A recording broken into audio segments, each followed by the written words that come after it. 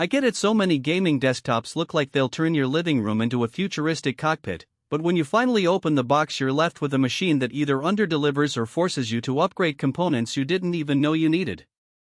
I've spent a few weeks in the shop, on the couch and even on a cramped dorm desk with the GRI computer's Vortex, just to see if that glossy i9-12900K plus RTX 4070 promise translates into real-world smoothness. If you're wondering whether this rig is worth the cash, stick around. Link is in the description if you want to check the product details on Amazon. First off, the biggest hesitation people have is the unknown factor. A lot of pre-built PCs ship with a high-end CPU and GPU but use cheap power supplies, cramped cases, or skimp on cooling. You end up with a system that can hit 5 GHz on paper, but throttles down as soon as you load a modern title like Cyberpunk 2077 or Elden Ring. That's why I wanted to see if GRI actually balanced the whole package, not just the headline specs. The Vortex arrives in a sleek black case with RGB lighting that's subtle enough not to be obnoxious, but still gives a nice glow when the fans spin up. Inside, the layout is fairly conventional. The i9-12900K sits on a sturdy motherboard with the RTX 4070 tucked beside it, and the 32GB of DDR4 RAM is mounted on the opposite side for better airflow. The 1TB NVMe SSD is a Samsung-type drive, which means you'll notice near-instant load times. I was able to launch Starfield from the desktop in under 3 seconds, and level load times were consistently sub 5 seconds in most games.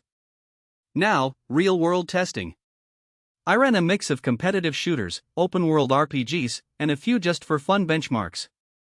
In Valorant and Call of Duty: Modern Warfare 2, the FPS stayed solidly above 144 on a 144Hz monitor, even when the maps were crowded and the particle effects were turned up.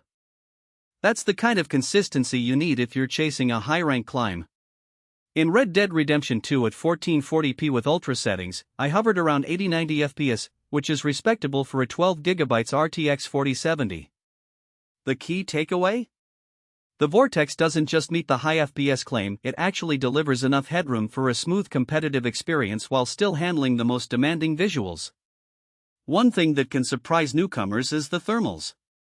The case's high airflow design, combined with a 240mm AIO cooler that GRI pre-installed, kept the i9's temperature under 70°C during marathon sessions.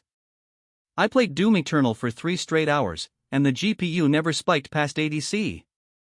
That means the system stays quiet enough for a bedroom setup, yet it's still capable of pushing the processor into boost mode when you need that extra crunch for, say, a video render or a mod pack that adds heavy shaders. On the downside, the Vortex does have a couple of trade-offs that are easy to overlook until you start using it.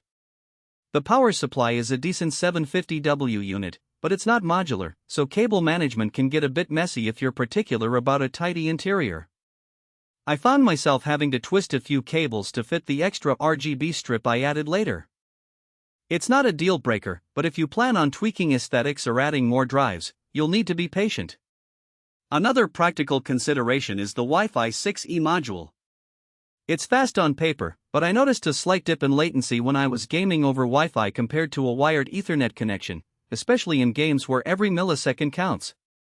If you have a stable router and don't mind running a cable, you'll get the most consistent performance. The built-in Wi-Fi is fine for casual play or streaming, but competitive gamers should still opt for a wired link. Who should buy this machine?